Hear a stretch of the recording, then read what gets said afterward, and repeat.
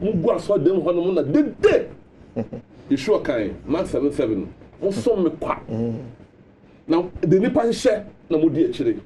Hebrew for ye twen. Ti ye kokko boboa. Ode hode be maye. No ma de bi sa no aye perfect amaye. Na ewura a pass over. Emu ene ye hwene mu. Na enu ba ko mu de abetum pa. Da bi. Say ombo tons na tons no ntwene no ena eko te gwajere bang bang gwajere bang bang abasa na eko konyo atuwe konyo yaw mano si yaw edu ba kwesi da na ya po se do si forma o du so bia no abrebre so se na ti de ekoso hene we gangan ti tons no ntwene no eko Bible can say so obompaya Shenopim. Sir, that took him. Thank you. Now, why do you name Kukuamu? Yahweh, the creator, only there was no be son. Christianity. Yeah, I hope say, for my friend, come every year. We be no about Danny. We share brand Hebrew for. How much ever 5 not on them choir. No one's about watching no show. Concentration for charismatic Casanova. Right, I was because I can't say Wake Up Africa Royal Television City. Yane Wake Up Africa, Yane Freedom Mind Movement in Penny Nation Wake Up Africa. So now the kingdom message, you know, and I share na never be a share no heaven and hell. Now no ana ura Israel aje brenya daje e dia factory no mama hunu say. And na dia sofo na be di akire nyina no in the name of heaven no. Yi pra. Edu bra wo say asore dan no ho na ye kona ye free bi say Christianity di akire no. Yi twaso. Neda ni ani ehye ye esom papa no de de be mo hu obo ade ahindi no no ate ase no eno ana o se wo hwe echa kwan na wa hwe se bible ya me no mi ni betu ye na na de ekire betu ye se ye mo abrabo trene ye fa nyina so ahindi mu nko na pope ye esom ni nyina ye Christianity no ba no dani aba be ka che se ne de covid ba ye 2019 ya yi mu no eno ni mum ana se ho vasan ya gibia eme de yakọ heaven na wo fa asem wi na wo career Christianity ede na wo se ka che mo efa ho obenyasafo ebuni be yen kana sem abusia anse be call of apoku dan kwa menka message kakra na fe Israel dia fa niemam ama wa me se ene ba bi wi ase ne kọ no se we nipa na pese wo no gba de hwibom na da so te asore dem edi asofo enkom hye akibia why you quite? Offer your jamon, baby, I do no, Madama, Twasoma. You are you dick on a bet share of her food in her fortunes. Now, that will be at as you say. Your message, you know, you crave kingdom message versus Christian message. After your Barbie drew, send your coupon in number. As again, Christian message say you. Yako heaven. Obi amponga so wako hell. Obi aso wako heaven. Na you to me we ni ba no mudwane o. Ah na say. Mutika na driver bo break atam gise. No mudwane. Ah no me. Na e kanu tra say o ahini namba. Ah yentimi mfa nipa mfa abakosemu Bible prophecy. Any evidence a tresampa e kwan we na fa so they could do ha no and they can say hini no and e di aba ndi anu ho adwuma ene aya the Bible prophecies say ne ebesi aba ene e ba bedru say ansa na hini no kura beba no this is Jerusalem e be ye kuro baako the last time I shared 2 years ago and your church Eddie Martin Luther speech. Yes. A better actually. And the hormone, the baby we say, after you be feel Liberia, near Israel. Na a day in the sea. A one man who see the last time. It is a twice a year. A could buy say, a deeper 400 in the free America, 1967, 17th May. Ombedu Liberia no, it was a new experience. Bebre antimi antra. By December no, enipa 109 and o my ready so ombeko. Omo nyina antimi amfiti preko anko full plane anka say nyina yeko 2 trips the first trip no na enipa 39 omo na December 69 omo fi Monrovia omo call Israel sabe na Israel airport no kwa ampo no ne friend leader airport and as a lord leader na ekro kitua bi a ebe Tel Aviv eho na airport no and Israel force send din from leader to lord LOD sabe na nye emeye Ben Gurion airport around the same 60s no because Ben Gurion no there edin sign in 73 that was the year David Ben Gurion ofree mu and ne koba say yempe bibi mfanka no ene cheze ma almost san Lord Airport no ebe no Ben Gurion Airport and at the time Benjamin no mko ene there the leader stroke Lord Airport edi ane also that was 69 and the 39 no kokoduru hono no airport hono no it was a scene enipa bebebe say no man ba almost o man ba under the law of return yanso yaba the Hebrew for yaba until right from the police at the airport security airport hono no after telephone calls na e aduma ring ring ring ring ring ring ekuko so a ma ekodu say Prime Minister office phone could do say hey ngofo bi aba o ya no maba na baby omu free no yenim omu so o maba under the law of return eti king no Knesset ensu shia dey na be nkofo yan hwe so o maba under the law of return Israeli rabbis no say there be nkofo ye hwe omo nyejufo na omo so say ye dey aba under the law of return say yanka say under the law of return abrofo nkwan na beba say hweti ye ko wiase afa na nyina say na omo etoda omo person omo kanwa e dey say before so beba enti no yaba dey say mo ye bia no mo nyani nyakwan and in between no na yenye no ema omu nursing mothers ebi SCC omu napkins no ma hata airport na ba be mu me ko na mu me kwa ya oye na ya book bi o ha say evidence of bibia no ha the book we or say Black Hebrew Israelites from America to the Promised Land by Shaliak Ben Yehuda. Enti no. You see what airport woni no. The obekan kakra ya. Ananya no. I say the Tel Aviv Lada Airport. You can free page 241.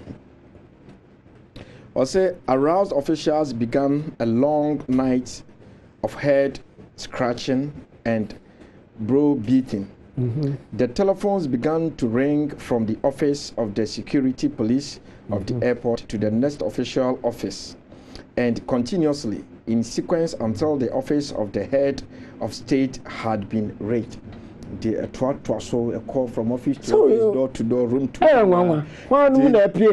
as from Kotoka International Airport and then Musa to Flagstaff House. Okay. Was it a special emergency session was called by members of the Knesset to try, that's their parliament, right? To try and decide what should be the fate of the 39 blacks. Unknown to these officials, our fate was not resting in the decision of this special session, but had been predestined by the prophet of old. Our 24 hours of inconveniences was slight in comparison to that which we exchanged a 9 by 9 tent for the last 2.5 years. Now, Liberia, tent, the same in Yasaba, to Bedru Hodma, after the because that can come somewhere you that. Oh, now in a place of a sometimes wet and cold tent. Okay. We were being temporarily sheltered in a closed section of Lord Airport. We were given free snacks and treated very well by the civil servants who were sympathetic after seeing a people who claimed to be Hebrew Israelite and some of whom spoke Hebrew refused entry by their government. Perhaps what pondered in their minds were the questions: why? What is a Hebrew Israelite? Who is a Jew? Who is entitled to migrate to the Holy Land? Daily, these civil servants witnessed the unmolested immigration of white people to the land of Israel, people from the four corners of the world. So what we are on the markings. Okay. During our short stay at the airport, we were asked the same old questions by the civil servant of the airport that we have been asked time and time again. Do you keep the Sabbath? Do you eat? Is it kosher? Kosher. Okay. Do you circumcise your children? Our answers to these questions were yes. Do you? Then they asked honestly and sincerely, then why are you not permitted to enter the country? An airport security guard standing alongside eavesdropping. There's a possibility he was being facetious. If not, the reply was probably based upon his previous experiences with a few dark-skinned Anglo-Saxon transplants, immigrants who passed through Lord Airport. In our sectioned off area, men, women, and children were chattering. Babies were crying, and occasionally, picture airport. In our sectioned off area, men, women, and children were chattering. Babies were crying, and occasionally, a curiosity seeker would struggle over and ask a question or two, typical of his character. Onlookers passed and gave casual stares at the diapers. Diapers strung around the fenced-off area. This embarrassment or eyesore possibly played a significant part in the early decision rendered by the tight-lipped officials who frequently came to glare coldly at their new black-skinned immigrant. After brooding over the matter, they hesitantly granted us 3 months stay on a temporary basis. They attempted to discourage us by sending us to Dimona. This attempt at discouragement was reviewed by a daily Israeli newspaper. Moreover, we were granted some of the immigrant privileges. Our interpreter during our layover at the airport was our brother, Hezekiah Ben Israel, who had arrived in Israel during the spring of 1968. Prior to Hezekiah's coming to Israel, we had already established contact with the Israeli embassy in Liberia, informing them of our immigration plans, but received no response in regard to our plight. This prompted a delegation to be dispatched to Israel, communicate with the Jewish agency in reference to our planned aliyah. However, it was refused any cooperation from the Israeli authorities. What we feel Liberia? Ansana omu be free on. Sani I can last one. You make contact. You feel bow under the law of. I mean, so I know I'm so coy. Yaba. After near me, CC airport. Every year, no, I'm saying near Bemo, we are 3 months tourist visa. After that, no, Sako baby, Abeko. Meant to us one. Oh, yeah. Okay. Second batch, no, so could do March 1970. Okay. Now, 1970, Korea, by the day of atonement, Omukodu was 69. Atonement here, September, October. And in this season, the 7th month. that is in the Hebrew calendar. But for Gregorian calendar, no, September, October. Okay. Sabre ni edi atonement. Enti no, ekoduru ho no no. E na Benami say, yafa prophecies. Yafa send your body can send a process of setting up his kingdom no say net near name from Jeremiah 23 through to other prophecies. My family na ba be wie dia. Ye ni bibia say e betwen bi. It is 70 day of atonement. And you can say ankopon ahini no. Afi dia ba asase so. Okay. Because bibia dia boayen am yet me afa ni na mu pepepe dia enu ni. Na mom die wo mu ni say say yes I rebuild the street and the wall. Okay. Where a language Daniel okay. Daniel 9 24-25. Forgive for Daniel. It's a of 9 Daniel 9 24-25. Oh, happen before Bible. Now we see history forward is a Bible. What's it? Somebody is straight for you. And yet the scriptures, I can say, Daniel chapter 9 verses 24-25. 9-24. Odi for Daniel ngomani tre yankoni yimoye duonu enan ekopema duonu num 24-25. 70 weeks are determined upon thy people and upon thy holy city to finish the transgression and to make an end of sins and to make reconciliation for iniquity and to bring in everlasting righteousness and to seal up the vision and prophecy and to anoint the most holy. Verse 25.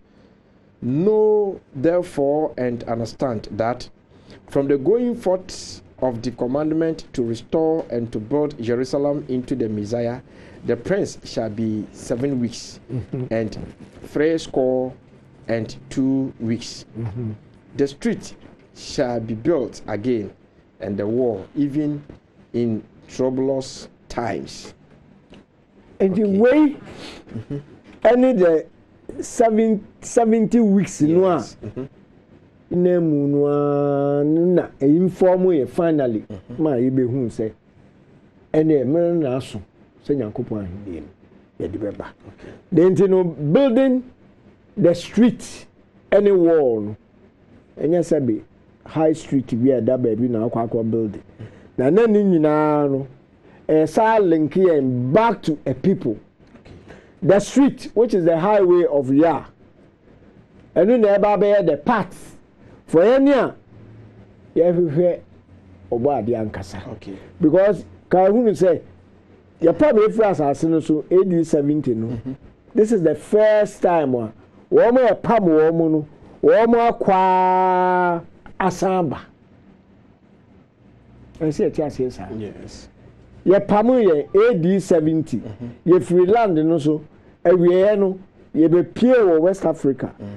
Ye be fire call as part of slaves do moko Western Hemisphere ni nyina chi no ye hu say vision aba say mra so say sakọ asase no so enti 66 vision no by 67 anamontio by e be pie Liberia ye free Liberia no ye be pagi ye hu wie no afi ni asakodu asase no so enti na kwa say for the first time in about 2000 years and the buy abano rebuilding the street and the wall no getting the people back to the ways of Yah into the street no and the highway of Yah and na ejina homa yenia ye pe oba de no kure no ye befa sounds na the law no the instruction say a shield of truth. Senya ebetumi asante yam yetumi ehu. And in a nutshell no, the na pa be kire ni say afei ni esa ba be sua the true worship of Yah because when we na ayira yen yo ya yira ye dia